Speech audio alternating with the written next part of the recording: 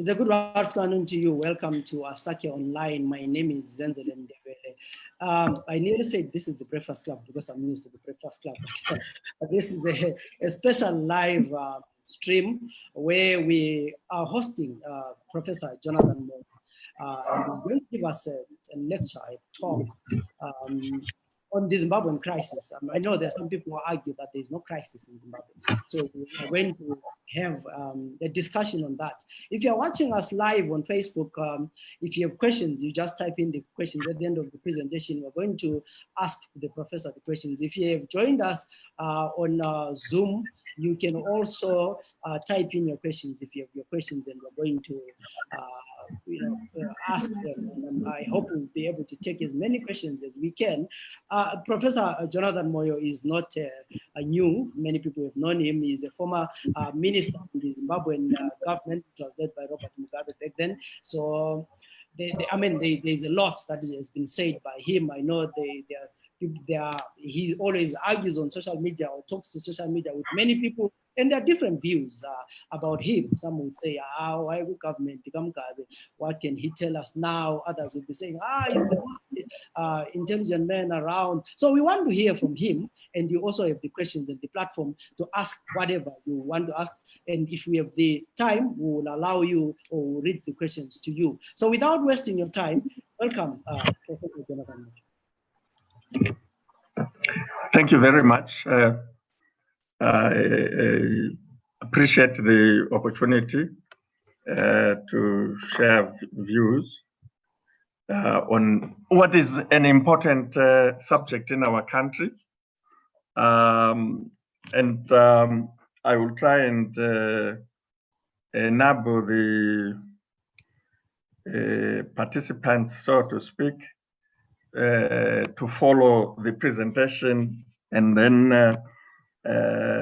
interact on the basis of the presentation, which I hope they would have followed not only from what I'm going to say, but what they will be seeing. And in my presentation, I'm going to paint a picture or an outline of state politics in our country since 1980. And in doing that, I'm going to highlight 6 unresolved paradigmatic questions which have informed the political contest in Zimbabwe, defined the political landscape, and given rise to the crisis that is gripping our country today. And I'm going to do so with reference to 6 fundamental questions which have remained unresolved in Zimbabwe since independence, and which have everything to do with the crisis we face, or the crisis that the country is facing today. And these unresolved fundamental questions are: 1, the unresolved national question, and I will explain later what this national question is, and together with the others. 2, the unresolved economic question, the unresolved equity question, the unresolved law and order question, the unresolved sovereignty question, and most importantly, critically important, the unresolved consent question. Now, while these questions or issues which form the backdrop of this presentation have remained unresolved over the last 4 years, I want to make it clear up front that the first 5 have been simmering, are simmering. One of them flared up early on in the independence period. But the one which has triggered the current crisis, has become full-blown, is the consent question. So this is the backdrop of the presentation. And against that backdrop, I think it's important for us to place on the record the political culture of officialdom in Zimbabwe when it comes to dealing with the crisis in the country, not only today, but in recent history.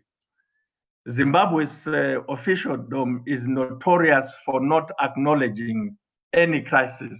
It has never, at any point in the life and history of our country, acknowledged the existence of a crisis. As far as the official line is concerned, Zimbabwe is immune from crisis. It is a kind of paradise on earth, or at least it has. The tendency of officialdom is to present the country as one that has really not gone through any crisis since 1980. Perhaps, arguably, the only exception to this disposition would be the military coup of 13 November 2017, when the Zimbabwe Defense Forces claimed to be intervening in the political system in order, as they claimed, to remove the criminal elements that had surrounded the former president, Robert Mugabe. And they said, whatever that interaction they saw around President Mugabe had caused anxiety and despondency in the population, in the nation. So the idea was that the anxiety and the despondency was dangerous to the well-being of the Republic and justified their intervention, or, so to speak, there was a crisis in the Republic.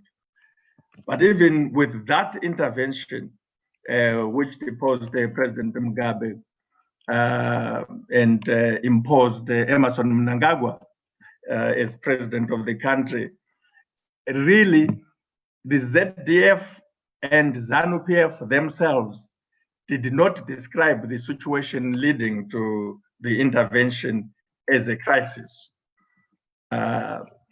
So I think it would be fair to say, as far as ZANU-PF is concerned, and add to that ZDF, which has become one and the same thing with ZANU-PF, the word crisis is a bad word.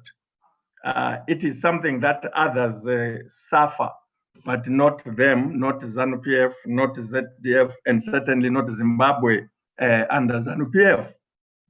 But of course, we know that Zimbabweans today are, in fact, if we were to use the precedent of the ZDF intervention in 2017, we have not seen in our country an anxious and despondent population as Zimbabweans are today.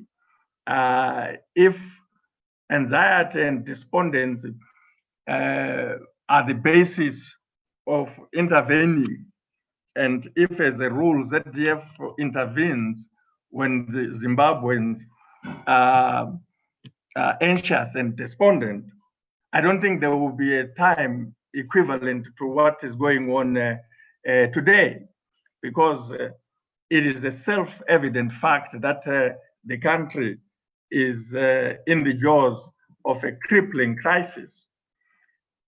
This is so for many reasons. The reason why the economy is going through an unprecedented meltdown, which has seen the gross domestic product shrinking by some 8%, is of course because there is a crisis.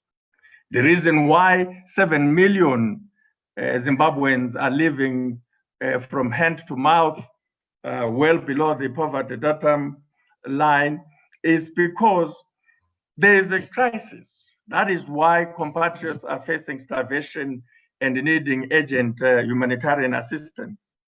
That is also why some 90% the economy is crumbling with 90% unemployment, with only perhaps the public service standing out as the only sector that can claim some formal employment. That is also why the country is going through and witnessing unprecedented levels of capital and skills flight, with the diaspora seeing a population of some 6 million Zimbabweans, 5 million of whom are right next door across the Limpopo in South Africa, with more heading the same way. That is also why livelihoods and lives themselves in Zimbabwe today have become threatened and endangered by the regime, which has adopted a manifestly crude law and order approach just about to everything. And quite shockingly, including to economic policy, when we are supposed to have the policy led by some of the bright minds that have come from Oxford University and Cambridge. That is also why, quite significantly, only yesterday, after its National Executive Committee meeting, the African National Congress in South Africa resolved that it will, not that it will ask, but that it will do. It will engage ZANU-PF and other parties or stakeholders in Zimbabwe to deal with what it described as a crisis that South Africa not only feels within its borders, but it also sees. So that it's not only a crisis in Zimbabwe, but also a crisis that is spilling over into the neighboring countries. And that is why this morning, the government spokespersons, both in the Ministry of Information and the President's office, were falling on each other, vilifying South Africa's commitment to engage Zimbabwe to deal with the crisis. I suppose it is fair to say that the denial of the crisis by the government, by ZANU-PF, and by the ruling political class is in itself a crisis. It is probably the most unfortunate part of the crisis, because in the civilized world, the responsible authorities are often the first ones to accept the crisis and commit themselves to its resolution.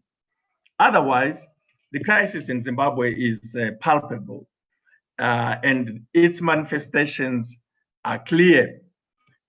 However, it is the challenge of identifying its structures, the features of this crisis, which remains unclear. That is where the problem is. Everybody acknowledges that there is a crisis, save, of course, for the ruling elite, but no one really has identified the structural elements of the crisis in a manner that enables its resolution in structural terms, in a manner that makes it clear as to who the protagonists in this crisis are, what it is that they are grappling with, and what are the options available in terms of the way forward. And Prof, hence, can I just disturb you a bit and you adjust your microphone, I mean your camera. Yeah, better somewhere there. So yeah, you are now, yeah, if you can maintain it, that's perfect. Sorry for disturbing you. Okay. All right. Yeah. But are you seeing the screen? Yes. No. We are just seeing you. Okay. I wanted you to see the screen. So something is not worked. Okay. But that is fine. Is this okay? Yeah, it's okay. Yeah, you can maintain it there.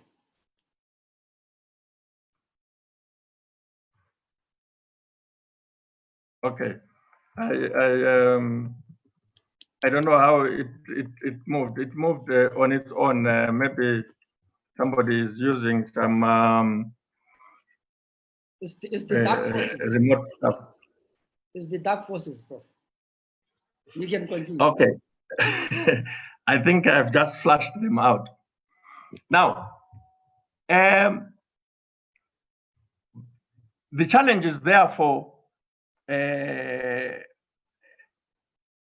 about unpacking the crisis in terms of who is who, what is what, and doing so in the hope that the deconstruction of identifying who is who and what is what in terms of what they're grappling with will enable a viable and a sustainable solution of the crisis. Now, when it comes to studying or looking at societies, one of the most difficult and vexing questions is how do you unpack the prevailing interest and sentiment of society in order to understand and explain what is happening and assess the implications of what is happening without falling prey to propaganda, misinformation, and disinformation, especially in a country such as Zimbabwe.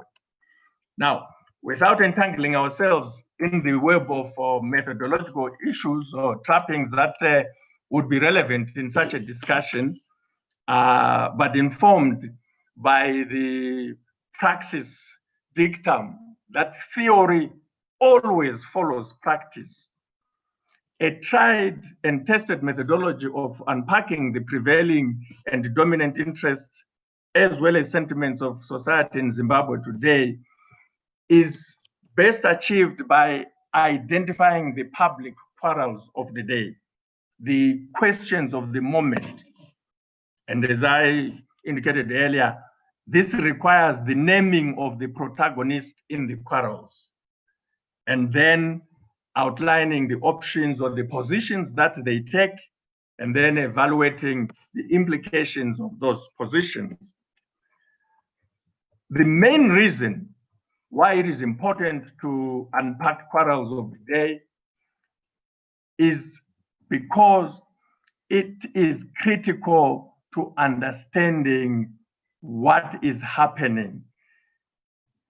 And because by definition, when you start looking at what is happening, you confront the reality that human interaction anywhere, everywhere around the world in any community is a product of either conflict or consensus.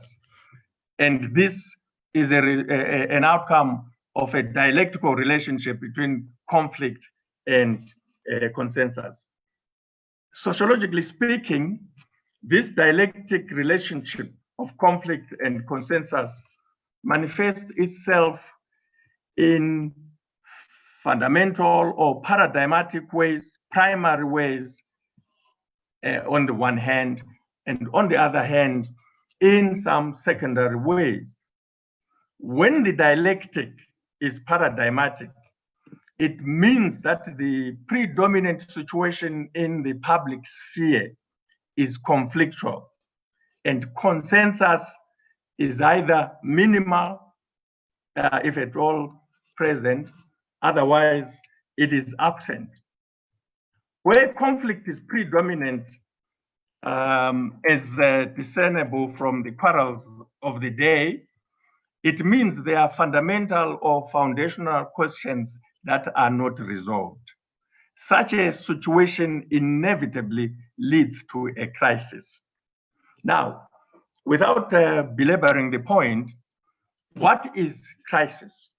Because when the debate comes up in Zimbabwe and people make reference to a crisis either manifesting itself in the political arena or in the economy or other aspects of society, cultural, and so forth. The question is, what crisis? Well, crisis is the absence of consensus and the prevalence of conflict over a public quarrel in society. Put differently, crisis is the consequence of an unresolved question in society. The crisis can be implicit or explicit.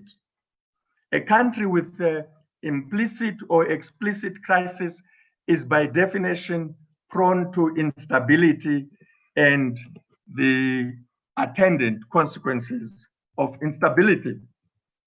So, over the last 40 years, and more particularly since the events of November 2017, since the military coup that is, Zimbabwe has been under the grip of 6 unresolved paradigmatic questions.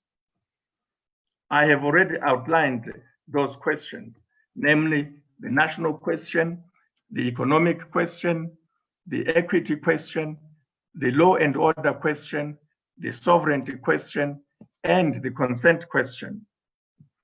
The mishandling of the first question, the national question, led to the Guguraundi genocide between 1980 and 1987.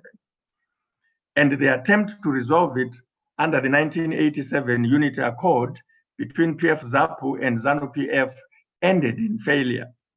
In any event, while questions 1 to 5 have plagued state politics in Zimbabwe since 1980 as centers of implicit crisis, the 6th question, the question of consent, has stood out since Zimbabwe's independence as a center of explicit, unresolved explicit crisis in the country. Now, let us look much more closely at the 6 unresolved questions, starting with the national question. The national question is this: what is the paradigm for fostering national unity and engendering a sense of national identity, common belonging, one heritage, and shared aspirations for Zimbabwe and Zimbabweans? Do Zimbabweans have a common sense of national identity? Do we as Zimbabweans feel like we belong together, that we have a common history, a common background, and that from that common history and common background, we have one national identity? The fact that for the early period of our independence, between 1980 and 1987, we had a genocide. That fact alone of the genocide in the Matabeleland and Midlands provinces means that we had a false start, means that our independence was not based on some paradigm capable of fostering national unity and capable of engendering a sense of national identity.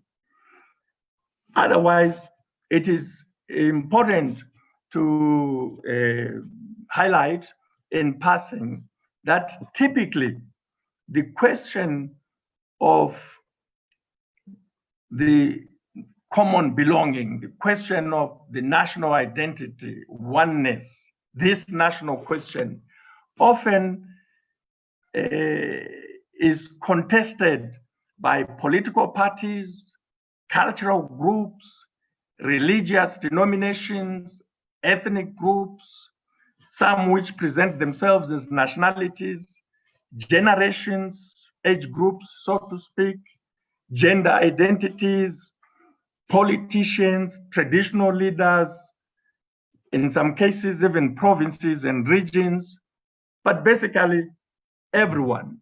It is the one foundational question that is important to solve if a country or society is to minimize going through or experiencing crises that undermine or challenge the republic. In the case of Zimbabwe, we have not been able to resolve this question, partly because it has been monopolized by one political party. But in the context of the current discussion, it is notable that the refusal to implement devolution provisions of the Constitution has greatly contributed to the crisis in our country today. But in general, the reason why this question remains unresolved is because of the contested founding values and principles that should be the basis of interaction, national politics in the Republic. We remain, as Zimbabweans, challenged. We remain divided.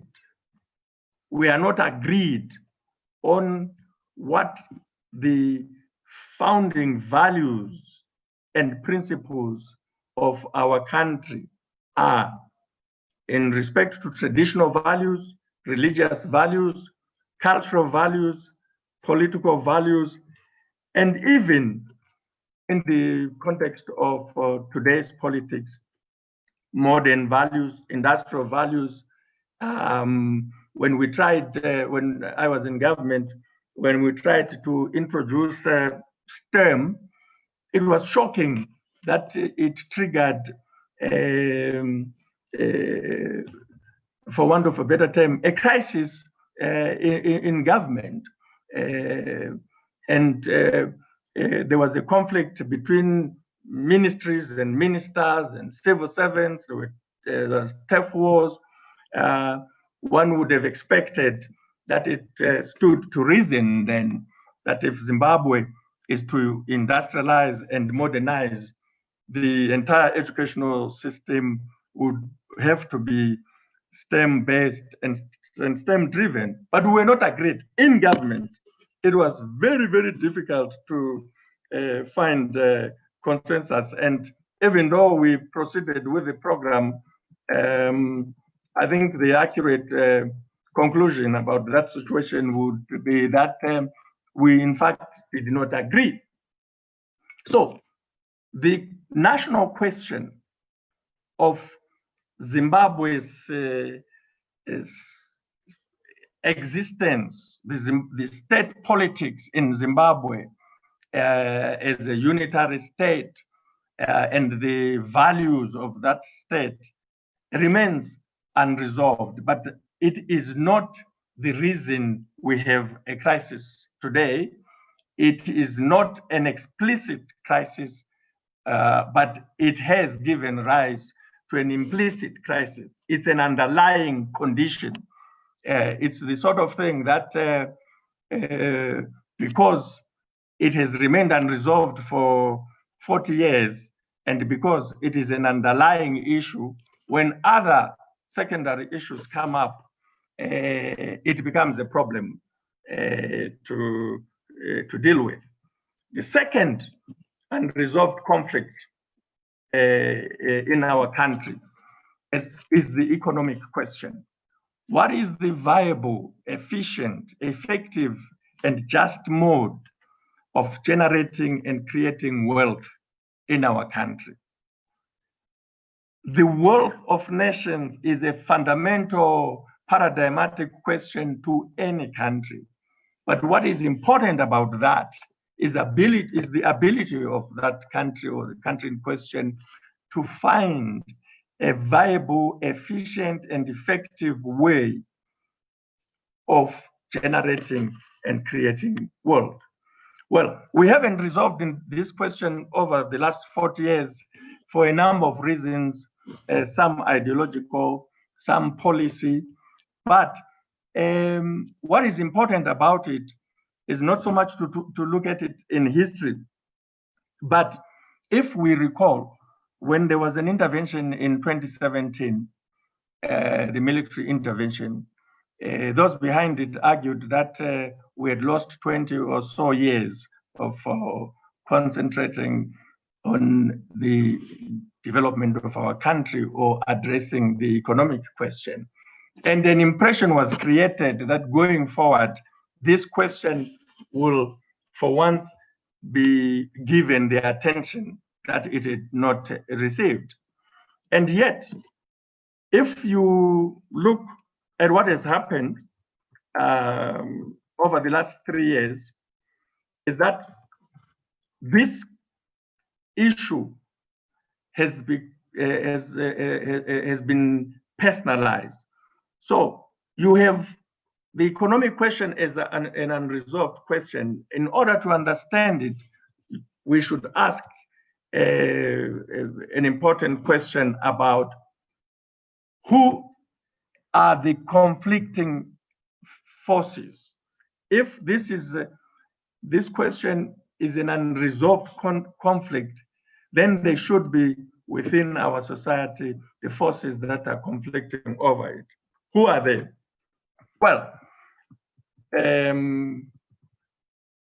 you don't need rocket science to understand or appreciate that over the last 2 or so years, it has become clear that Mnangagwa, his family, his cronies, the likes of Kuda Tagwire, Edwin Manikai, Douglas Munatsi, John Mshayavanu, Herbert Nkala, Oliver Chdau, these have become the cohort that has abrogated to themselves the right to determine what they think is the viable, efficient, and effective mode of generating and creating wealth in our country. And this has played out in terms of very clear conflicting issues. And the conflicting issues have been control of Forex, its allocation, access to Forex. You cannot access Forex in Zimbabwe outside this cohort. The funding of agriculture, or the use of the pretext of funding of agriculture to access state assets, public resources for use in the acquisition of private assets.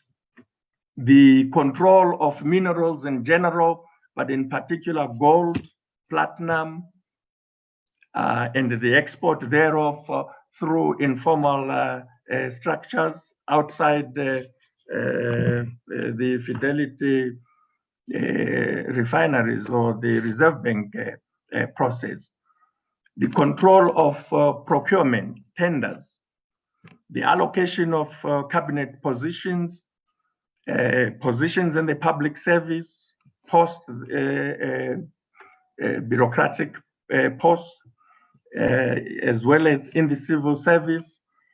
And of course, as witnessed most recently, and in particular yesterday, the reversal of the land distribution policy.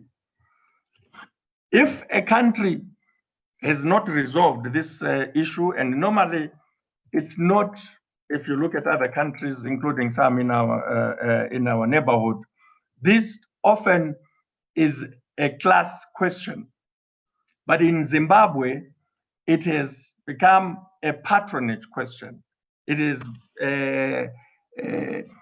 we are not addressing the economic question from a national platform.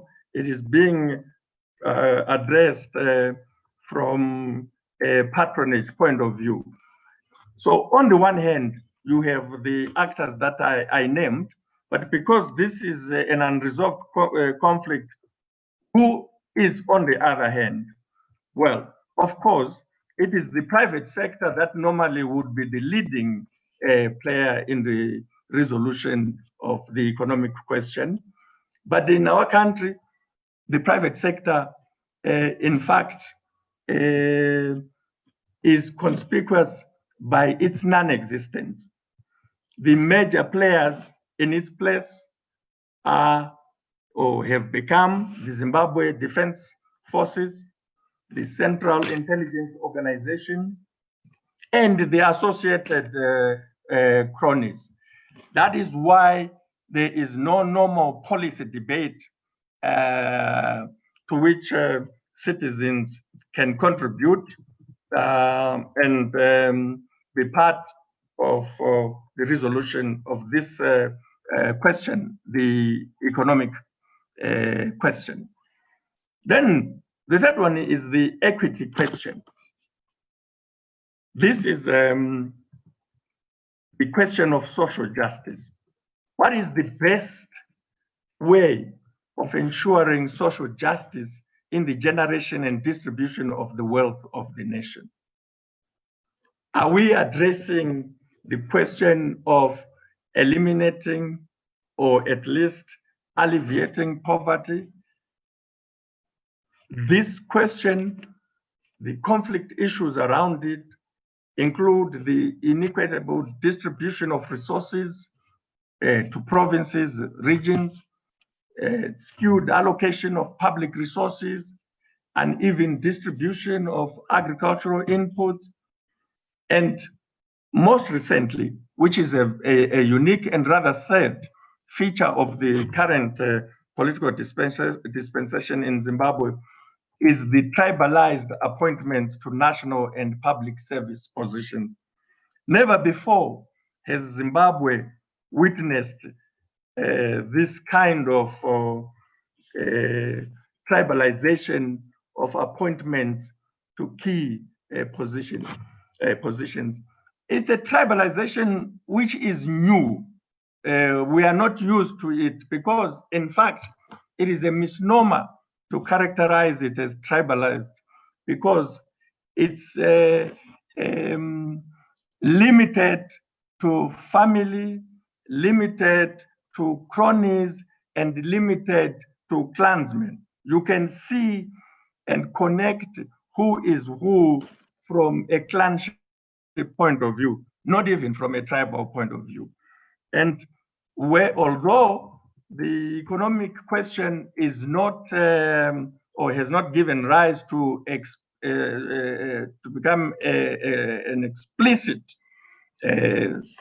point of the crisis, it is definitely implicit and has potential dangers. I mean, you can imagine what people think when they see in the key positions of the country vanasekuru nevazukuru, and literally when they are at work, it's yes sekuru, yes mzukuru, kwa mwana wa ningi, and then you begin to understand that part of the reason why the national question is problematic in relation to this economic question is that when the build-up or run-up to the intervention, the military coup in 2017 was being propagated, the mantra, the Chunchedu mantra, was in fact a critical pillar of the strategy. And we are beginning to see it playing out, especially in terms of the control of national resources, national assets, and the allocation of these resources. The fourth one is the unresolved question. The fourth one is what is the democratic basis and way of building and maintaining peace and stability in the country?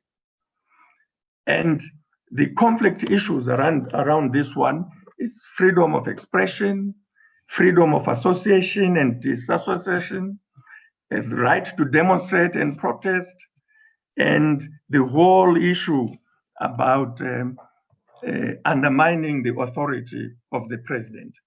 This is very new, the way it's playing out, because suddenly the quarreling forces, the conflicting forces have galvanized around State House, and the president has managed to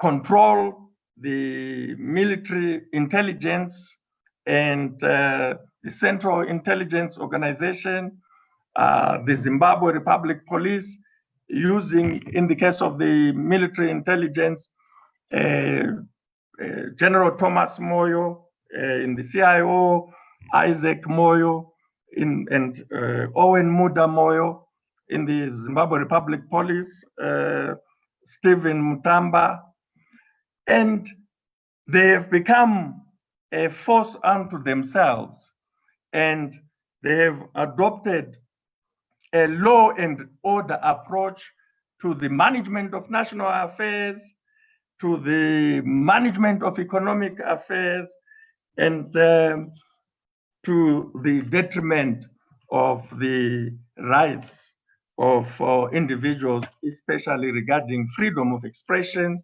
freedom of association, and in particular, the right to demonstrate. Now, the fifth unresolved question has to do with the sovereignty. And the question there is, where does sovereignty reside? Where is it derived from? Does it reside in the state or the people? Is it derived from the state or the people? The source of this conflict includes control of executive authority, control of legislative authority, control of judicial authority, and the control of the Chapter 12 institutions. What is the source of this authority? Now, in terms of the Constitution, all these sources must be derived from the people.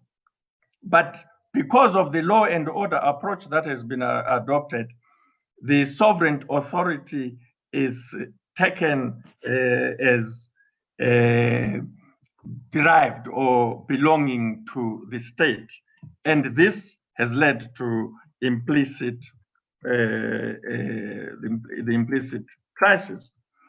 But finally, and we'll take a bit of some time to deal with this one because this is the important one, is the consent question. What is the basis of legitimate democratic and constitutional authority or governance? What is the basis of legitimate democratic and constitutional governance? In Zimbabwe, the fundamental crisis in our country has to do with the fact that the means for attaining power, retaining power, and exiting from power have not been resolved.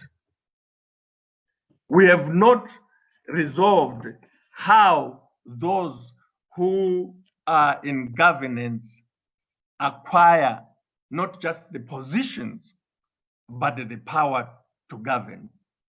Not just the positions of authority, but the power to govern. What is the legitimate means for getting that power?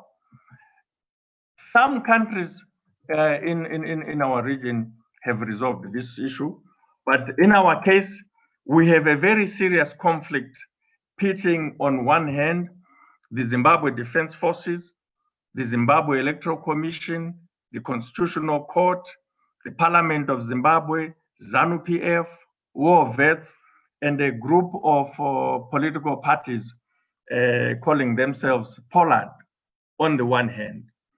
On the other hand, we have the MDC Alliance and the MDCA MPs, but most critically and hitherto undiscussed, we have the voter.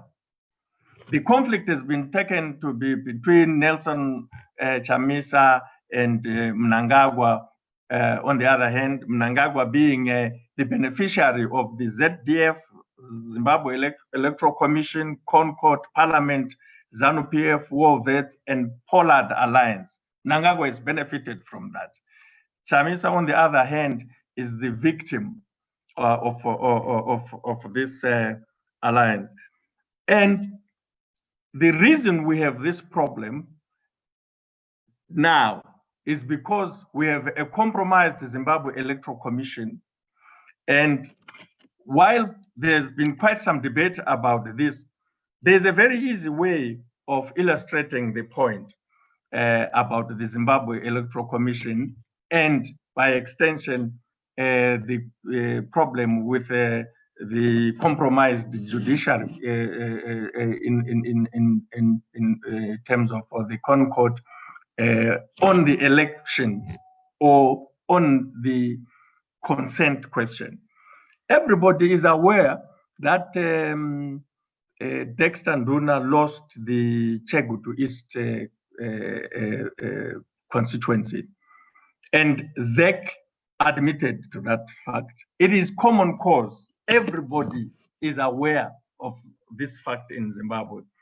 But it is shocking that even as we speak, Dexter Nduna remains the member of parliament for Chegutu East, when it is common cause that he actually lost the election. And it begs the question, how is it possible, in the interest of justice, that someone who is known to have lost an election continues to sit in parliament and represent voters who rejected him? Why is it possible that such a situation is obtaining? If you unpack that and understand its implications, then it should not be difficult for you to understand that a ZEC and a judiciary that allows such a situation that is blatantly unfair, blatantly wrong, can do worse, can steal a presidential election. It can also steal a parliamentary election well after the fact. And for you to understand, and this is very important for Zimbabweans, if you want to appreciate not only what is possible, but in fact what is happening, you need a case. You need a real live, a living example of blatant illegality, blatant injustice and unfairness. So forget about looking at the presidential election in terms of Nelson Chamisa. and forget for a moment looking at the injustice around the MPs who are being recalled, and just look at Chegutu East. Why is it that the situation in Chegutu East is not driving Zimbabweans to outrage? Why is it that the Zimbabweans, and in particular civil society and the media, and of course the political parties themselves, especially the affected political party, why are they not using the Chegutu East situation to show that ZEC and the judiciary, when it comes to elections, are determined to ensure that this consent question in Zimbabwe remains unresolved? Now, what is, I think, crucial to understand about this part of the problem is that while there are various manifestations of the crisis in Zimbabwe, and while all of them footnote the country's 6 unresolved questions that I outlined, from a consent point of view, it is important to underline that the pervasive cause of the crisis that we have in our country today, the fundamental cause, the fundamental reason why Zimbabwe is under the grip of this crippling crisis is because of the disenfranchisement of the voter. It is because of the disenfranchisement of the voter in violation of a fundamental pillar of the Constitution, which is provided in Section 67.3, the right to vote. Section 3.1 of the Constitution that deals with the founding values and principles provides for recognition and respect for the liberation struggle as one of the 9 key founding values and principles, not just of the Constitution itself, but of Zimbabwe, of the Republic of Zimbabwe. And there are 2 grievances of the liberation struggle that stand out if we recognize the liberation struggle. One is the right to vote.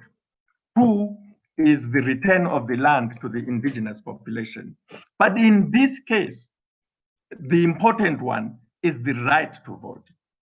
As much as people might want to keep coming up with all sorts of pretentious and self-serving definitions of the crisis in Zimbabwe, the unavoidable bottom line is that the crisis in the country is defined by the consent crisis, triggered by an electoral system in which there is no relationship between the vote cast and the vote counted. This is reflected by the unjust outcomes of the votes that were cast in the 2018 presidential elections, as well as, and this is scandalously so, as well as the parliamentary votes cast in that election for the MDC. Regarding the 2018 presidential elections, the Zimbabwe Electoral Commission, ZEC, tabled its report in Parliament on 27 June 2019. And this was in accordance with Section 241 of the Constitution, in which it made clear, not by design, it was by mistake, that it did not run and conduct the 2018 presidential poll in accordance with the peremptory provisions of Section 37C, subsection 4, and Section 110 of the Electoral Act. This fact stands alone. It is irrelevant for people to say, oh, but this was decided by the Concord. The fact of the matter is ZEC is a Chapter 12 constitutional body, and it has a constitutional duties to perform. And one of these duties is to report to Parliament as to how it ran an election. And in its report, it makes clear, not in any ambiguous way, it makes clear that it did not run the presidential election in accordance with the must do, the must follow provisions of the election. In other words, ZEC itself, yes, after the Concord made this decision, comes up and says, look, Parliament, we did not run the election legally. And we did not run it legally by using a transmission method of transmission or process of transmitting the results, which is not provided in the law. We invented our own way of transmitting the results from the ward to the national command center. We circumvented all the other steps and went straight from the ward to the national command center in Harare and counted the presidential ballots in Harare, compiled them in Harare. We did not compile these ballot papers at the constituency centers as we are required. And they did not travel from constituency centers to provincial centers as the law requires. No, we did not do that. But we just told the ward officers to send them to us in Harare, and then we compiled them. There's no provision in the law which says take them to Harare and compile and collect them there and then come up with a result. Now, I'm very surprised that despite this disclosure, and despite the fact that this disclosure is in a ZEC report which was prepared and submitted to Parliament in terms of the Constitution, in fulfillment of a constitutional obligation, Zimbabweans are quiet. And those who are noisy on behalf of those who stole the election are saying, we don't want to hear about that because the Concord decided. In Chief Justice Malava, we trust, and what he said is what stands, and it's finished. This is shocking. That is an unbelievable point of crisis. And this is one feature of the Zimbabwean society which is different from our neighbors. No one can imagine this happening in South Africa, in Zambia. Certainly, for all the things we used to think about our brothers and sisters in Malawi, that cannot happen in Malawi. You cannot have an electoral body confessing to a crime, confessing to an illegality, and you keep quiet. That is about the presidential election. What we should keep in mind is that the consent question requires that there be a functional direct relationship between votes cast and votes counted. And if the votes cast are transmitted illegally and collected illegally, then there is no relationship. It does not matter what the Constitutional Court says. And who then is the victim? The victim is the voter. I detail this in Excelgate. I've seen lots of stories and so forth, but I will urge you, don't listen to the political debates and the propaganda. Citizens have to take responsibility for their positions, for their values, moral values, for their political positions, and insofar as the question of consent is about the citizen in general and the voter in particular, then it behooves you to inform yourself as to what happened to the vote that you cast in relation to the presidential election. And I think that we should demand, citizens should demand that the ZEC report be made public. Why is it not being disseminated? Why is Ziambi hiding that report? In fact, Ziambi has a constitutional obligation to educate the people of Zimbabwe on the constitution, on the provisions of the constitution, and you don't educate them by reading the constitution as if you're reading the Bible. It's a living document that regulates the interactions of society. A major interaction is about how the votes were cast. That report not only should be made public, it should be translated into the languages that are provided in the Constitution. What happened in terms of how ZEC treated the presidential ballot was an abuse.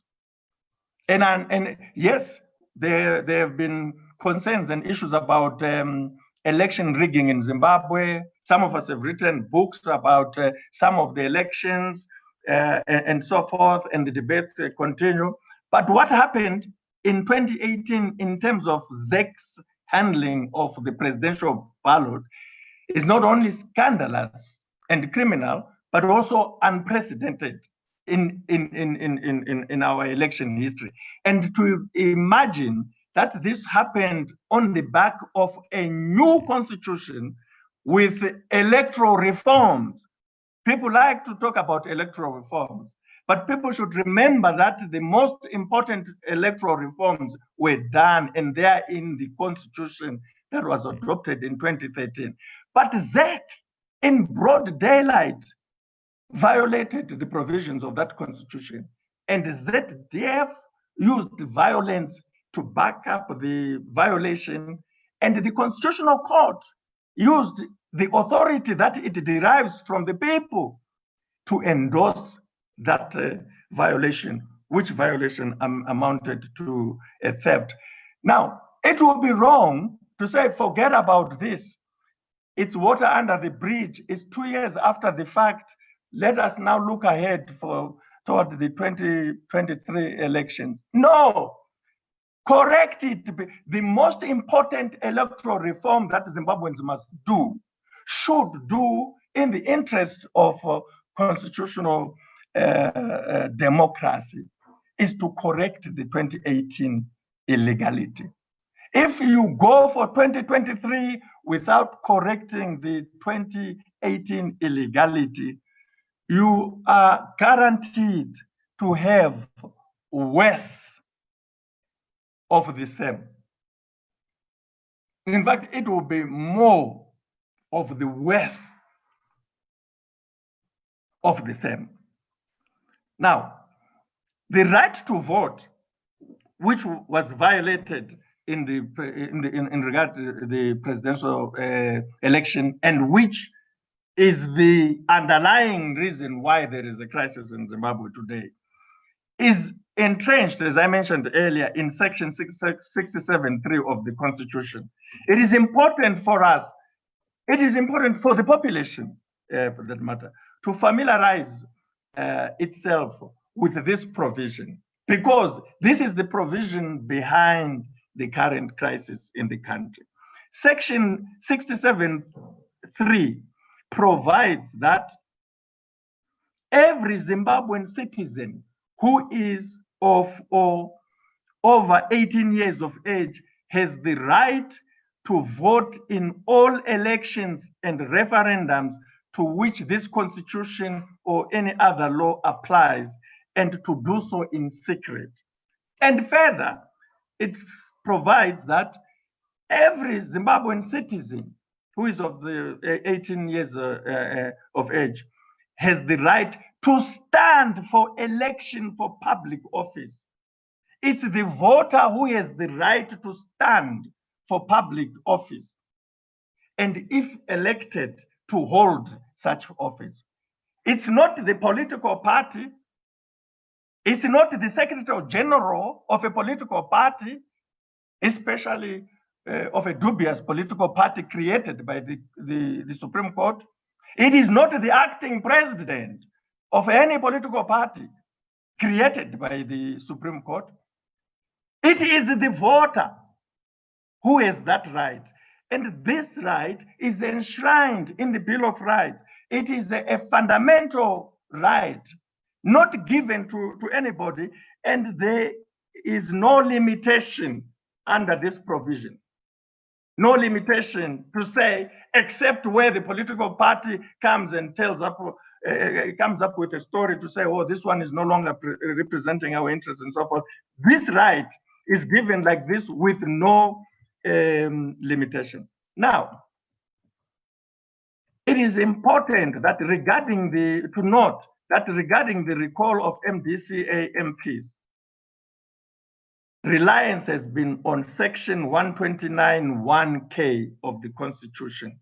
And that section provides, it deals with the tenure of the Member of Parliament, and it provides that the tenure or seat of a Member of Parliament becomes vacant if the member has ceased to belong to the political party of which he or she was a member when elected to Parliament. So, if you were a member of a political party when you were elected and you cease to be a member of that political party, then your seat becomes vacant. End of story. It's really not something that is supposed to have some Secretary General running around writing a letter to say, oh, you have ceased to be a member of a political party. You cease to be a member of a political party if you resign or you are expelled. If you resign, it's you taking the action to resign. If you are expelled, it's a process, some due process in terms of the constitution of your party to put you discipline and so forth. The first thing that must happen and be known by the public is that you have ceased to be a member of a political party. It's not that the people will be there just enjoying themselves, minding their business, and suddenly somebody announces that so-and-so, excuse me, listen to me, so-and-so is no longer a member of the House. And in the cases where this has happened in recent manifestations of this problem, you have heard either a Speaker of Parliament or President of Senate surprising even the affected member. Now, if someone is no longer a member of a party, either because they've resigned or they have been expelled, they should be the first to know. And they will be the last to go to Parliament to say, I've come in to sit here. But if you are in Parliament and the Speaker from the Blues announces that you are no longer a member of Parliament, when you know you have not ceased to be a member of your party,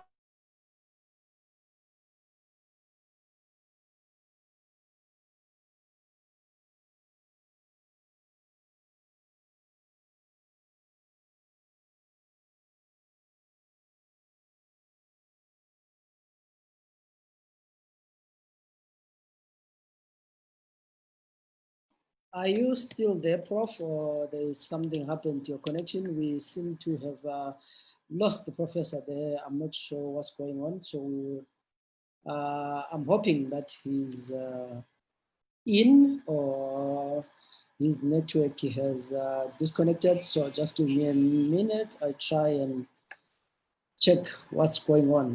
This is a lecture with the Professor Jonathan Moyo, where he was talking a number of issues, or what he calls, he points out some of the issues, the unresolved issues in the Zimbabwean crisis, but we seem to have lost him there. Just give me a minute. I try and check. Prof, are you there?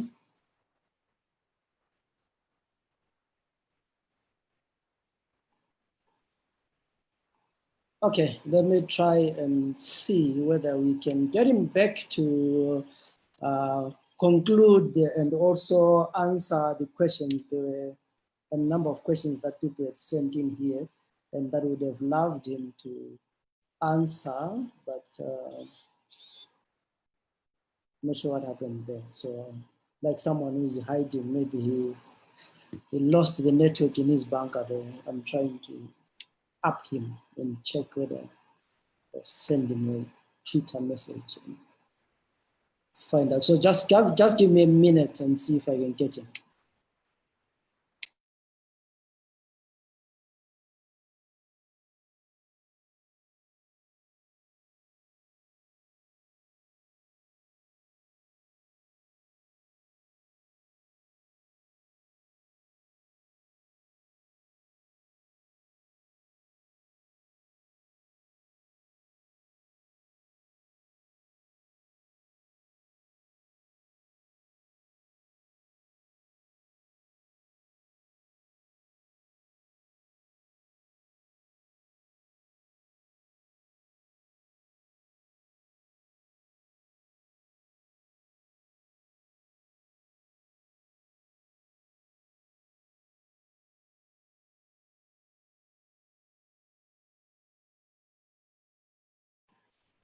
Okay, I have talked to him and he's saying he's getting back shortly. So he just got disconnected and he's sorting out so that he can be connected. So when he comes, we'll try and get him to conclude, then get him to answer some of the questions. So we have quite a number of questions that people had asked, and we would like him to answer those questions. So we are waiting for him to connect because he says he has lost connection and he is working on connecting back. So I hope that it won't be long. So for now, just hold on, and he comes in, he concludes, then we can get a chance to ask him those with questions. I saw quite a number of people had posted questions on the land issue. Some were asking about the elections, whether there's any use of going on elections. Other people were asking what he has changed since he left office because he was part of the system, and all those kind of things. So just give me a minute, and I hope that he's going to come back. My name is Zanzer Ndebele. This is the Center for Innovation and Technology site. So for now, while you're waiting for Professor, you can like us on Facebook, follow our page, CITEZW on Facebook, or you can also follow us on Twitter as site. And hope that the professor is going to join us shortly. We're hoping that he's not going to have permanent problems. So just give us a minute and we try and get him connected.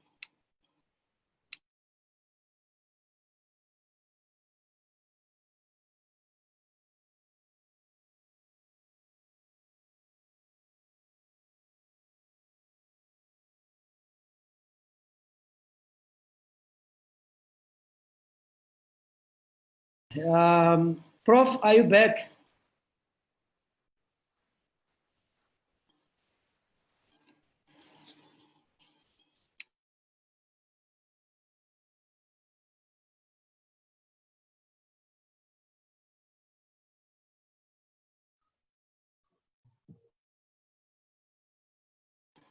Prof, are you back?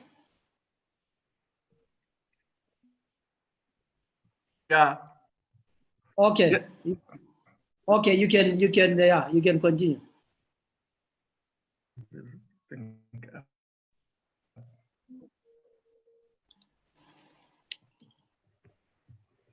Can you hear me? Yes, we can hear you. Okay, my apologies. I don't know what happened, but I'm winding down. So I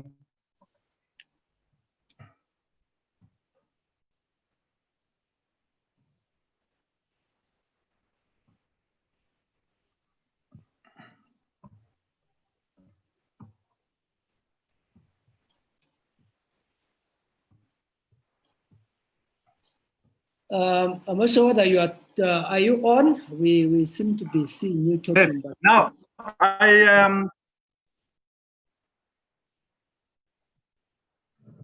can so the instructive and concerning issue is that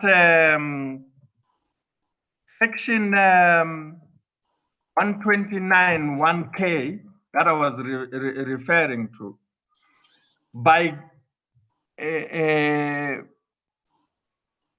basically giving the political party the power to undo the outcome of an election, imposes a limitation on section 67(3) of the Constitution. It creates a clash that is inconsistent with the Bill of Rights.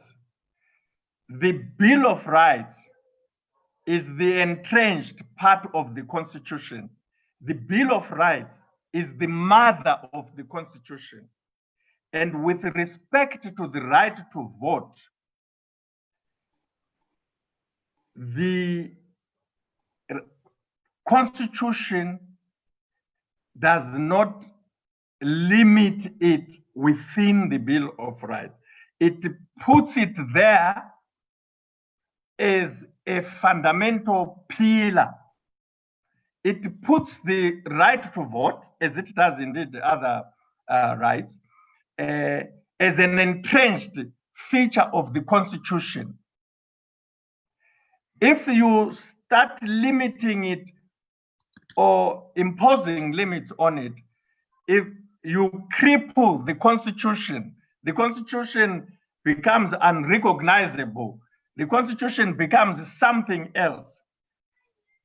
When it comes to constitutional democracy, if we were to put a hierarchy of rights as the most important and which are careful, if you are going to touch them, you must be careful. It has to be the right to life, the right to liberty, and the right to vote. The right to vote is the preservation of all these rights in a constitutional democracy. The right to vote is the foundation of a democratic government. The right to vote is the material by which the people exercise the authority that has been vested in them by the Constitution. It is an important right. It cannot be taken away by a political party which is not covered in section 67(3). And there is a problem in Zimbabwe that, unfortunately, this limitation which is imposed on the right to vote is in fact in the Constitution. It is not in some subsidiary legislation. It's in the Constitution. However, if we had a progressive judiciary, they would have realized that this provision of section 129 1K was smuggled onto the Constitution by politicians who run political parties who wanted, in their blindness, to control members, their members of the parliament, and they thought that they could just get away with it by putting it in the Constitution. And quite frankly, I think that here is evidence of drafters who also went to sleep. But if there is one disservice that has been done to the people of Zimbabwe by the constitution making process, it was to come up with section 129 1K, which gives the political party the power to undo the right to vote, to limit the right to vote, which right belongs to every Zimbabwean, not every political party and not every political leader. Clearly, there's no rational or legitimate connection between the limitation that section 129 1K imposes on section 67(3) and the right to vote. There's nothing. It is just a mafia-like political trick that found its way in the constitution, but which trickery would have been flushed out if we had a progressive bench. There is also no rational, objective, or reasonable justification based on equality, fairness, openness, which is set out in section 86 of the Constitution as among the grounds, legitimate grounds for limiting a right. This section 129(1)(k) is not imposing a limitation on the right to vote based on equality, fairness, openness. It is actually based on the opposite of these things. And the limitation also, normally, if you have a limitation, it would have to be of a general application. This one cannot be said to be of general application. Laws that are designed for special application violate the principle of equality and the rule of law. This provision, in fact, damages a fundamental pillar by violating the principles of equality and rule of law. In fact, this limitation that has been used to recall the MPs, yes, it's in the Constitution, but it is so blatantly, so fundamentally flawed and wrong to assume that when the voters elect a member of parliament, they must belong to the political party that they have, whose member they are voting for. There's no such a suggestion that when voters vote for an MP, in fact, they are members of the political party for the MP they are voting for, in order for them to exercise their constitutional right to vote. And therefore, if there were such members, then perhaps it would be reasonable for them to suffer the limitation which is associated with their freedom to belong to a political party or a party of their choice. But there's no such a suggestion. We know, in fact, that many political parties have far fewer members than their voters out there. People vote on the basis of what they think the member or person they are voting for will do for them, will do for their constituency. In fact, they never vote thinking or wondering what the political party of that member is going to do for them. It is always about the member. And that is why also voting is by secret ballot and not by party dictates. The secret ballot is free from party choices. The voter has the right to vote against a candidate from his or a political party. So such a constitutionally entrenched right, like the right to vote, cannot be, or at least should not be, subject to the limitation of a party choice or a party affiliation, which is entirely irrelevant and without a place in the conduct of voting by secret ballot. And it is very instructive that the party, or in fact not party, the individuals who have used or relied on this totally unacceptable limitation provision are people who call themselves members of a movement for democracy or a movement for democratic change. This provision that they've relied on is the biggest threat you can imagine, the biggest obstacle you can come up with against democracy. This is not a provision for democracy by any stretch of the imagination. That's why, in terms of the right to vote, all elections that are in the Constitution are based on universal adult suffrage on a common voters roll. They are not based on a party affiliation. They are based on an open voters' roll, a universal adult suffrage principle. And this is what the liberation struggle was about. It was about getting universal adult suffrage on a common voters' roll.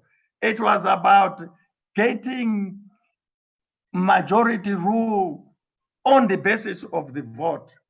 It was about ensuring that the vote comes before independence, that there would be or should be no independence before a majority rule or before the exercise of that vote. So the power to recall MPs conflicts with the right and freedom to belong to a political party of one's choice, in relation to which no one should have to be penalized or suffer consequences.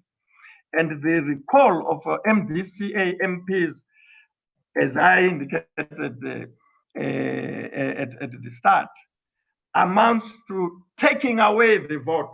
It is doing to the voter an offense worse than anything that the colonialists did.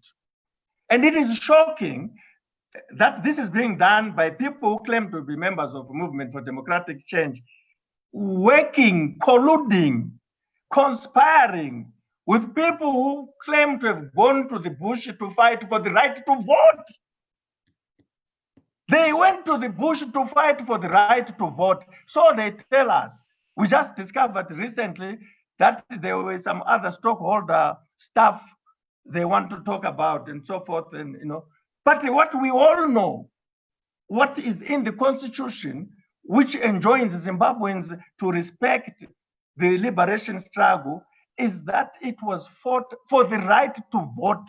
This is what was denied to the African people in Zimbabwe, the right to vote, the basis for consent. Now, when you get liberators and Democrats conniving to take away the right to vote, all hell should break loose. And someone from us watching and looking at this will wonder to say, but what are these people in this country? What are they doing? Why do people sit there and pretend that the recall of MPs is a problem for Wende, the Secretary General of the MDCA, is a problem for Chamisa, is a problem for the MDCA? And you hear people debating other stuff. Let us have a GNU. Let us have an NTA. And yet they don't understand or see that what is wrong is a fundamental attack on the most important feature and the pillar of the Constitution in terms of democratic and constitutional governance, which is the right to consent. The consent question, which is based on the right to vote. Why are people not agitating around this? When and how are Zimbabweans going to settle the question about the means for getting into power, the means for exiting power? Do Zimbabweans think that they will always resolve the question for getting into power through mediation by external forces, through facilitation by external forces? Do Zimbabweans think that they will govern best through forced GNUs, through forced NTAs? When a voter makes a wrong decision, so to speak, in terms of the performance of whoever they would have voted for, that is democracy. You cannot justify corrupting the democratic process on grounds that you don't like the people or the persons who have voted for, especially when or if you did not submit or subject yourself to the elections. So this is a fundamental question, and this is, in my view, a very important question, because if Zimbabwe cannot respect the right to vote, if Zimbabweans cannot fight and defend the right to vote by ensuring that votes cast are the same as the vote counted, how then do they expect the system or anyone to respect the individual as a citizen? How then do they expect the state, the regime, to respect the worker? to respect the civil servant and the journalist. Is it any wonder that we see some of these things that are happening? Wasn't it the idea that after all the dark experience of the independence, I would say most of the independence period, some want to tell us since 1999 or 2000, but Gugraundi, the atrocity of all atrocities that have been committed in Zimbabwe, the genocide, was 1980 to 1987. Electoral atrocities, some say they want to talk about 2000, but people, 2008, but people who have studied elections in Zimbabwe know about atrocities in 1985. What happened to ZAPU in 1985? But if you are not going to fight for the most fundamental right, which is the right to vote, how are you going to fight for the journalist, the nurse who has been on strike, the doctor, and the consumer? How about the student, the farmer, and the traditional leader? Basically, how about the parent, the businessman, the investor?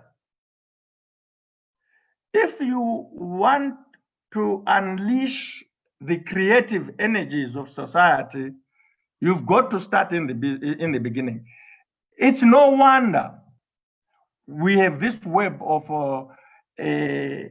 confusion, in the description of the crisis. It's because people want to be even partisan in the definition of the crisis. People want to define the crisis as ZANU-PF, as MDCA, as civil society, as independence. We've got to describe the crisis as citizens, and we've got to defend those things that are entrenched in the Constitution for the protection of everyone. If it becomes possible that no institution, no person can corrupt the right to vote, that an electoral system reflects the vote cast, then Zimbabwe will put the issue of these 6 conflicts that have been with the nation for the last 40 years behind, all of them, because the resolution of all those questions depend on the exercise of the right to vote, which is the consent question. And when these neighbors come, it is not what the elite think or want. They've done that before, and the outcome is therefore all to see. For a change, the resolution of the Zimbabwean crisis should be guided by the resolution of the basic questions, the basic issues that have been corrupted, especially over the last 3 years, and in particular and fundamentally correcting the outcome of the 2018 election. I don't know why people don't see that the recall of the MPs is to change the result of the election, and to change it in such an outrageous way, where losers, outright losers, not narrow, small losers, losers by an arm and a leg, big time losers, shamelessly are going to parliament today.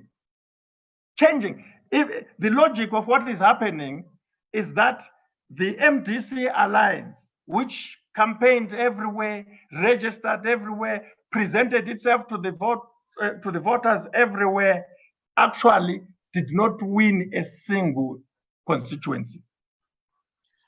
Prof, I just wanted to come in shortly there and announce to people who are watching that we are getting news that journalist Hopewell Chingono has been released on a 10,000 bail. So that is good news to Hopewell and to all of us who were really worried that Hopewell has been in jail for quite a while.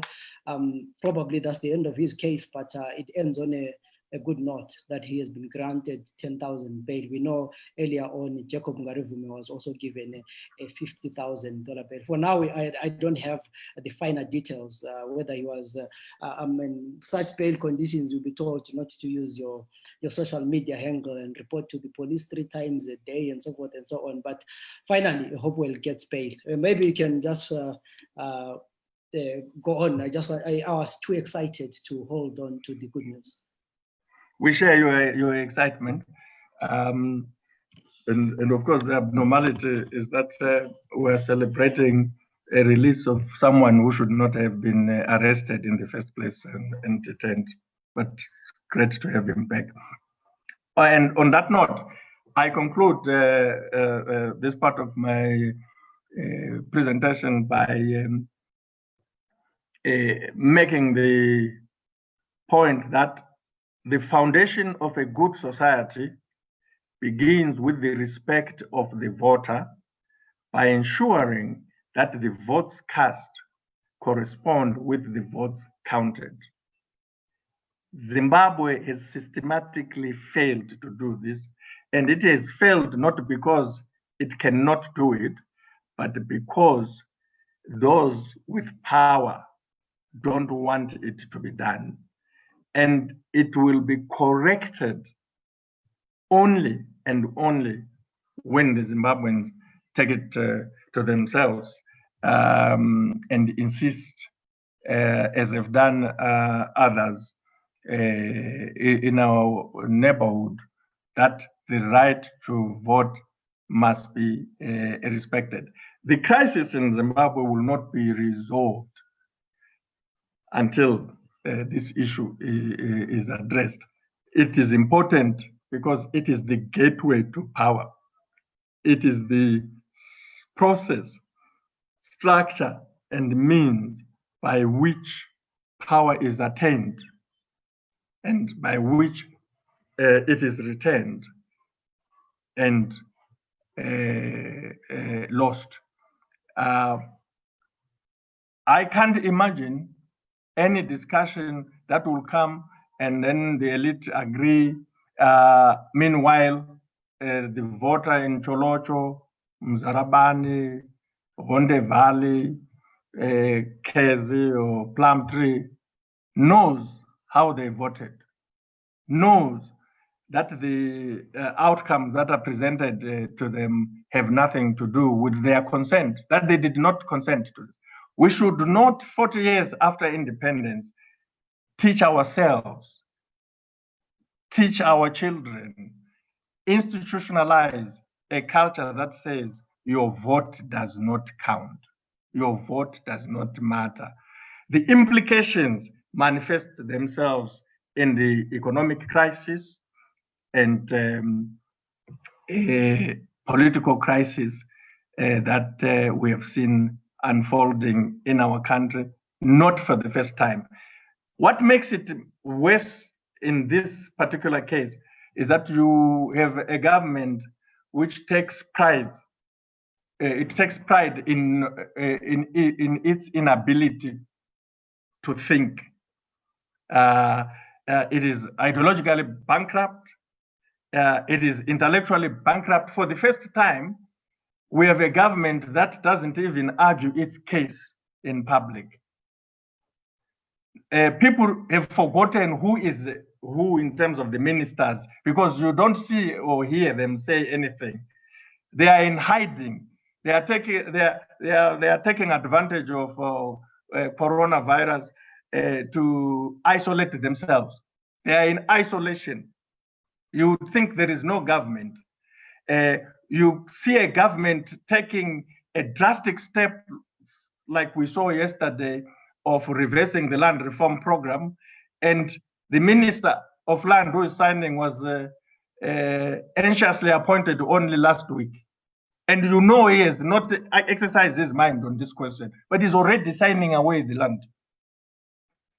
And is doing this with a minister of finance who has shown that because he has no political base, he does not care. All he will do is use his futurist tools.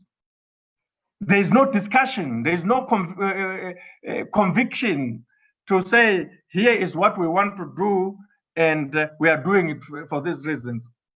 Ask yourself why that is so.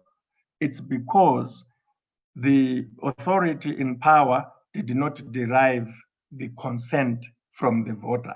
Whenever you have any ruling authority which is not in power on the basis of the consent of the voter, then prepare yourselves for what we have seen. And it is for this reason that I strongly believe and submit that the crisis in Zimbabwe is the consent question stupid. I thank you. Thank you, Prof, for that interesting talk. I have a few questions here that I'm going to ask. The first one says, has the state been captured and privatized? If so, how do we, if so, how do you create space for consent in civil participation? I think I read that. I mean, I hope I read it correctly. Let me just repeat it. It says, has the state been captured and privatized? If so, how do we create spaces for consent building and civic participation in such a state? Well, I think that over the last 2-3 years, because of the debate in South Africa about state capture, we have been importing this concept in Zimbabwe. And those who have used it up to this point have really not shown the rigor that one would expect. But increasingly, of late, a fair analysis or observation of the situation in Zimbabwe would have to acknowledge, or at least deal with the fact that Sakunda and Kuda Tabgire have come out as instruments of state capture. They have been given unlimited access to the most critical resources in the country, from fuel to agricultural inputs, and incredibly, even taking over state mines, gold mines, and of course the claim is that they are buying them, but we know, for example, that the acquisition of shares at CBZ and the purchase of the most lucrative gold mines of ZMDC was through a $500 million that came from Treasury. And that would be an example of state capture. It's like a one person, one company patronage economy, which may not be quite the same as state capture. This is actually blatant daylight robbery that has been going on. Now, if people ask, but how do you deal with that? In the context of this debate, presentation, I'm putting the emphasis on the voter and giving very clear instances to do with the presidential election in 2018 and the recall of the MDC MPs. And I think that it's not difficult to see what should the citizens do, what should the voter do to defend and protect their vote. And when people talk about political reforms and electoral reforms, this is where they should start. Start by correcting what happened yesterday so that you make room for a better tomorrow. There's also someone who was talking about the question that there is this talk about the talks South Africans coming to Zimbabwe as first of all from an ANC point of view and from a government point of view. And there was someone who was writing a very long question, but the simple of it was saying, is the G40, is the ANC government also going to engage the G40 element? I don't know what the G40 element is. You know, you are not who your detractor says you are. You are who you are. Of course, like other Zimbabweans, am aware that there's this phrase that keeps coming. I think let us be practical. Quite frankly, there is no political formation in Zimbabwe called G40. If there is, I'm not aware of it. But there are former ministers in the government that was led by the late president who are in exile. Quite a number of them are in South Africa. They are entitled to their political rights as Zimbabweans. And because they were former ministers and leaders in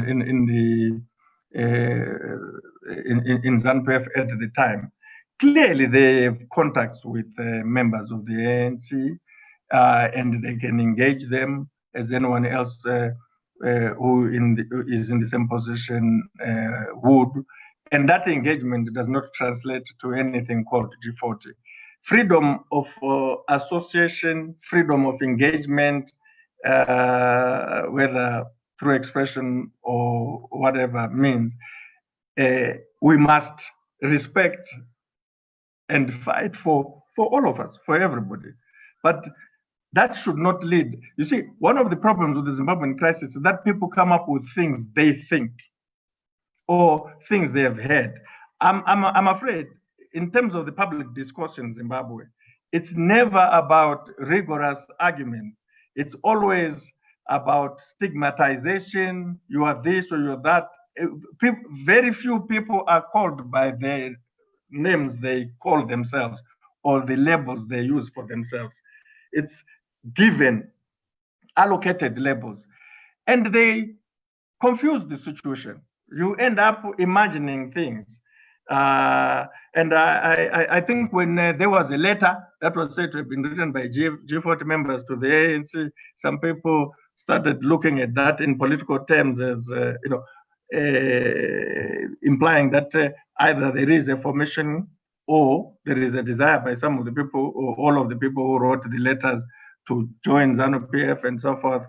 No, nothing like that. But, the ANC is a mature and experienced organization, and we should not ascribe to it some of the things we do.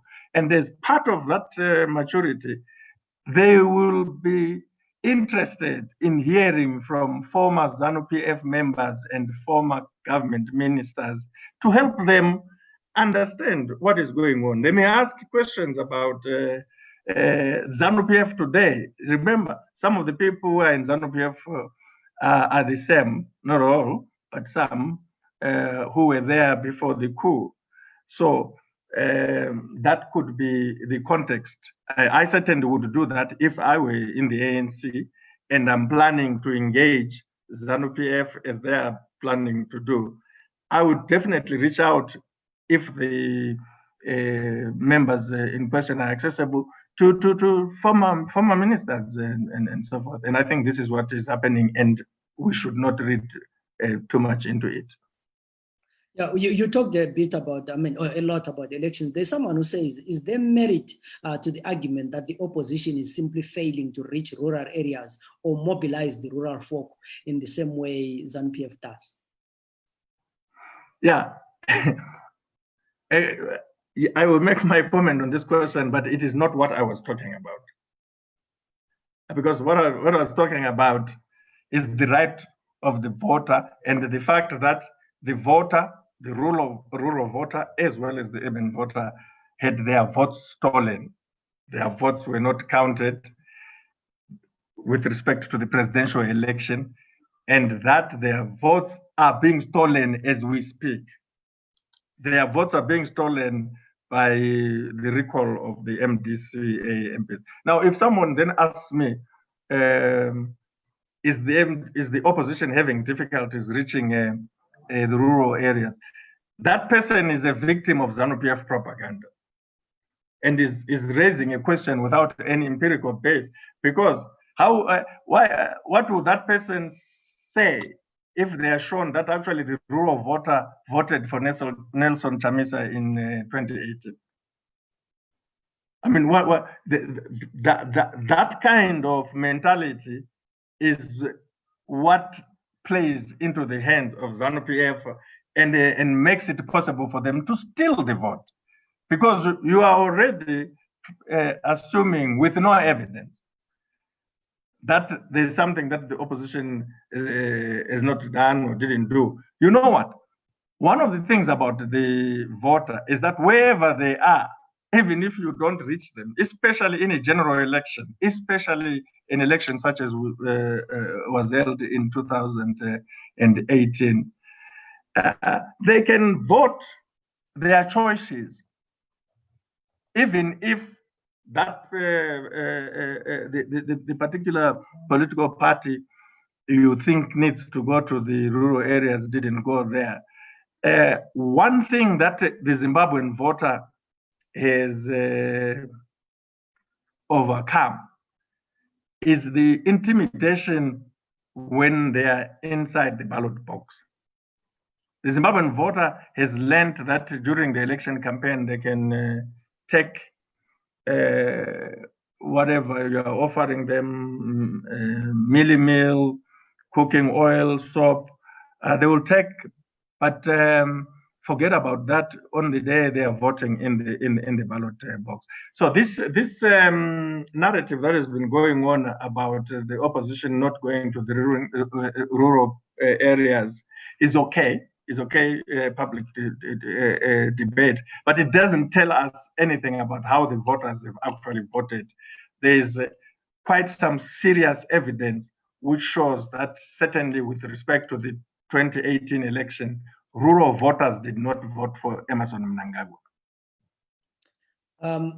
My two last questions. The first one says, it looks like the opposition is surrounded and they are losing MPs in parliament and they're outplayed. So the question is, what can they do?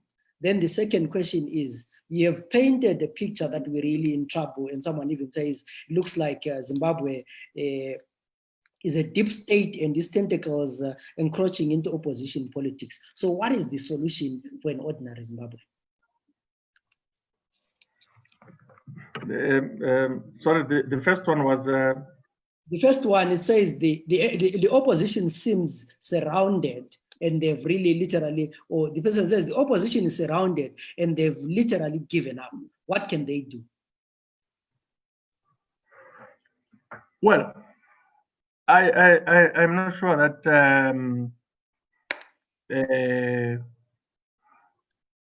the person is correct in thinking the opposition have become so surrounded that they are now helpless, unable to do anything, or that maybe from an objective point of view, when people look at the situation, the conclusion is that there's nothing that they can do. The current situation in Zimbabwe is, from many perspectives, if you were to look at it critically, an opposition's gold mine. It is unfortunate and a bit difficult to understand why the opposition in Zimbabwe appears to be preoccupied with opposing itself. I don't think the presumption that it is surrounded and has little room to maneuver is empirically correct. What is clear in the post-coup period is that politicians seem to have taken the view that each and everyone must have their own general, have their relationship with the army, and so forth. People are afraid. And I think it is also clear that in the run-up to the coup, people were compromised. I mean, the question is, so they seem to be surrounded, what should they do? Meanwhile, we also have press reports, and I'm sure this is something that is subject to verification, that a leading member of the opposition in Bulawayo province worked with the state against a citizen. That doesn't paint a picture of a surrounded opposition, unless the idea of being surrounded is that the state has deployed its co-optation systems all over the place. It is compromising and buying opposition people. So I think, objectively speaking, if you are in opposition, I think the Zimbabwean opposition, yes, we should understand. We have a new, many people say, but the army has always been there and so forth. Yes, but not as open as it is, where it's literally the army is dictating things even in the streets, and not just offices and boardrooms. And when people see these guys in uniform carrying weapons, I'm sure it changes the psychology of opposition. And they've killed people in the streets. They've followed people in their houses. They've sexually assaulted women, raped them, and so forth. I think we have to factor in the real possibility of new levels of fear never before seen. Otherwise, there's no alternative for the opposition than to oppose, and to oppose bravely. I mean, the fact that you were sharing with us good news that Hopewell and Jacob, of course, have been released on bail today, is full of lessons for what the opposition can do, should do. In any other environment, it would have been the opposition showing the sort of bravery. But of course, Jacob is in the opposition. I think the feeling that things are not going our way, and we are surrounded, may be understandable but misplaced, because what the opposition needs to do is to oppose and oppose and oppose, with the view of taking power, not to oppose, of course, for the sake of opposition, but for And I think 40 years after independence, and after the ouster of President Mugabe, after his death, one thing I think we can say, what analysts can say, is that, and this is for the opposition, ZANU-PF was conceived in Highfield in 1963. And it grew up in the bush. And it's clear that it's going to be, before it grew up in the bush, I mean, it was conceived in Highfield, but born in Gweru, in the Midlands. It was born there and then grew up in the bush, came back with lots of bush stuff and so forth. Attempts to try and cleanse it of the bush stuff were difficult. But now it's clear that it's dying in the Midlands, where it was born, and it will be buried there. That's quite an interesting one. There's someone says this is an urgent question because I said it was going to be my last. He says, why does the professor only allege or speak of rigging that happened in 2018 and not the rigging that happened before 2018 when he was in the office? In which in which way? He says you are only talking about the rigging in 2018. Why not the rigging before 2018? Which year before 2013? I've written stuff. I mean, I'm not sure whether this is a person who follows, but I wish I could know which year. But there's a simple thing. First of all, if you read Excelgate, it talks about all elections, not just 2018. So this is someone who hasn't read Excelgate. It even draws parallels between certain things which were done in 2018 and 2013.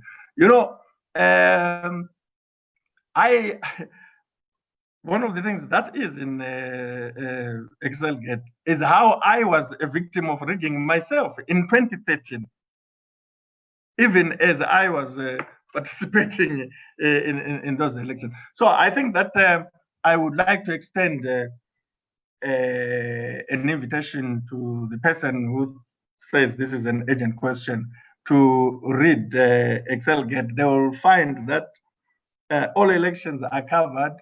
I had published about elections before, and they will also find that I cover not just the 2017 coup, but 6 coups, 6 others.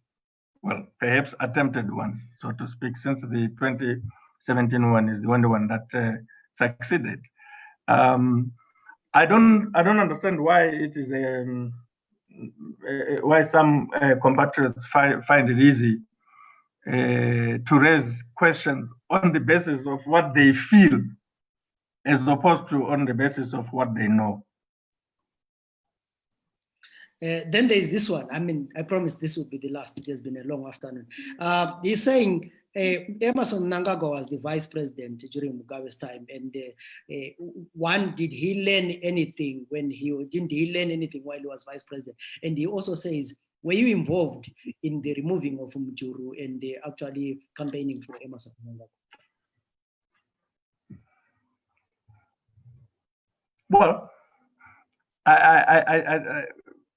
I think what is significant about Mnangagwa is not whether he learned or did not learn anything as vice president. I mean, he was, by President Mugabe's own description, he was the right-hand man of the former president. I mean, he was his closest aide. I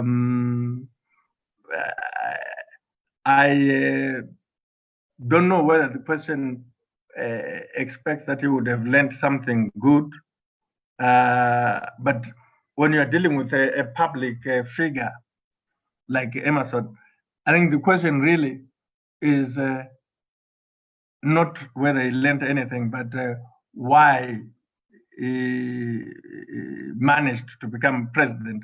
And it's not surprising that his entry had to be the bazooka. He had no other entry. He probably learned that when when all else fails, use the gun. And he continues to do that. The one consistent but very negative feature about Emerson is that from day one, he's a security man. He's a man of violence who, over the years, has boasted about it and said to the nation, "I was trained to kill." He told the nation that he was trained to kill. In one of the heated Politburo meetings when I presented the documentary on their blue ocean strategy, the second time when we now we're discussing the presentations and it made this, and then I was detailing all sorts of things about him to challenge his claim that he was the most loyal to President Mugabe. He got very angry with me, and he was seated next to President Mugabe on President Mugabe's right side, and pointed at me and said to me, people like you, we used to separate their heads from their necks. And when he was asked in one of the interviews, after he became after he was imposed as president, he was asked this very same question: "What have you learned?" And he said he had learned to be humble. And he said he had learned that since becoming president. And he said, otherwise, all these years, I never used to take nonsense. So he thinks that humility is taking nonsense, which of course it isn't. The bottom line is that many people in ZANU-PF who know Mnangagwa never thought he will ever be president or succeed Mugabe. President Mugabe himself never thought that Mnangagwa would succeed him. He was the most surprised person to hear Mnangagwa on the phone saying, "I'm coming there, you know, the voice of the people is the voice of God, so you get out of status, I'm coming in." Mugabe was surprised, shocked. It was an unbelievable turn of events that Mnangagwa, you know. And many people in ZANU-PF who never thought that Mnangagwa would not become president because of his violent background as a security man and his corrupt history in the party as the Secretary for Finance, but mainly the violence. Many of them who thought, therefore, he won't become president are not surprised by the ferret forces that are there now. They are not surprised by his law and order philosophy. They are not surprised that he has brought his cronies like Owen Muda, Isaac Moyo, Thomas Moyo, and that Thomas Moyo, who is the commander of defense intelligence, is a Guguraundi man. And Mnangagwa has reassembled his Guguraundi network and then brought the Mashurugi connection. The younger ones are Mashurugi, the older ones are Guguraundi. And they are a deadly mixture together. And nobody is surprised. So you can't ask, did he not learn anything? There was nothing to learn. He's practicing what he has been in any other normal society. Mnangagwa would not have become president. But of course, as I said, we all know he became president via a coup. And in 2018, Mnangagwa was not elected. And this is an objective assessment. And for me, it's surprising, as I indicated in the presentation, that people are not exercised by this, because all they need to do is interrogate the work of ZEC. So that is the thing about Mnangagwa. But this deep state stuff, there's no deep state in Zimbabwe. I mean, this is a mafia state, patronage. It's put together, held together by violence and patronage. And you can't call it a deep state. One of the things that has happened in Zimbabwe, and I alluded to this in the presentation, is that the best of Zimbabwean skills have left the country. And perhaps this is one of the reasons why it is challenging to solve the national crisis. It is almost, if you remove people like me, who were forced into exile by guns and grenades, the majority of Zimbabweans, if not all of them, who are out of the country, have left first because they have good quality skills that they can use to advance their careers and be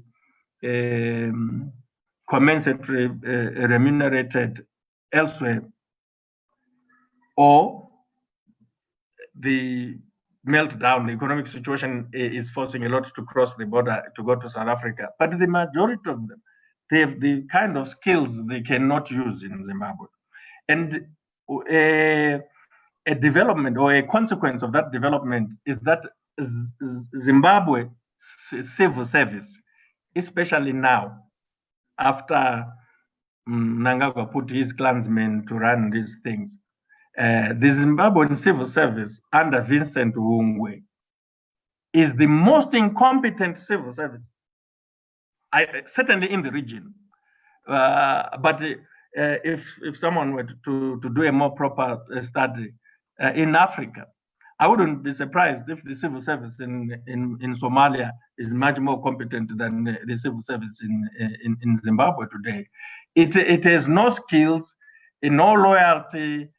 It exists in name, and the people that Mnangagwa put there in the early days with all sorts of promises and so forth, they are in hiding now. They are nowhere to be seen to even explain some of the policy inconsistencies or even the consequences of their policy. And this is a serious issue because Zimbabwe used to have one of the best civil services in the region in terms of experience and skill, and in some cases knowledge. But no one wants to work for that civil service right now. And you cannot have a civil service which is constructed around your clan and expect it to perform. You could have done better. So there's nothing to be gained by taking a concept from America about the deep state and then use it in Zimbabwe. There's no deep state there. Let's try and find an appropriate term to describe it. But whatever term we are going to find, if we work on it, we will not be happy with what is in there. It is one of the major problems of governance in Zimbabwe. It's a civil service that is incompetent, unskilled, and is working elsewhere. Most of those civil servants are, in fact, informal traders. At one time, we thought most of them were farmers, but in fact, most of them are busy sending runners to Messina to buy this or that for resale in Zimbabwe. And it is an area of the Zimbabwean crisis that needs to be packed. But we are unpacked. But the good thing is that the Zimbabweans in the diaspora, not only are they supporting that economy, which is the sort of the quandary for them, but it is quite something to be proud of, that most of them are very productive people where they are. They are excelling where they are. And there is no doubt that if the situation were to, the crisis were to be addressed and unlocked, to find a solution, Zimbabwe would benefit from its skills in the diaspora, as it is already benefiting from the resources of that diaspora. Now, thanks a lot, Prof. Bati Ezimnandiga's Pale. It's been 2 hours, but it looks like it's 30 minutes, and we really loved to go on. We have learned a lot. We have, people are commenting, and the lecture will be there on our Facebook page. We'll load it on YouTube as well. We share the link on Twitter, and we'll share the recording as well. And for that, those who have not been able to join us live, they can go on and listen. But Professor Moyo, afternoon yakho namuhla isindebele lesikhiwa sokuhlangana nabakalanga kose toboka kwazo. It's been very informative, and we hope to join you on other platforms. We hope also to get the copies of Excel Gate and read and understand the lessons. This has been wonderful. Thank you for those who joined us on live. Thank you for those who joined us on Zoom. At least the professor was not lonely, because he said, you need to share this link. I don't want to be lonely. So at least there were people who were on Zoom. So for those who were joining us this afternoon, thank you very much. This was a lecture by Professor Jonathan Moyo, unpacking the Zimbabwean crisis. I hope we learned a lot. He's there on Twitter. You can continue the discussion there, ask some of the questions if you didn't have a chance to ask him here, and I'm sure he'll be willing to engage. My name is Zenzel, and they will follow us on Twitter at site. You can find us on Facebook and on YouTube. I'm back tomorrow with my usual program, The Breakfast Club. Have a good afternoon.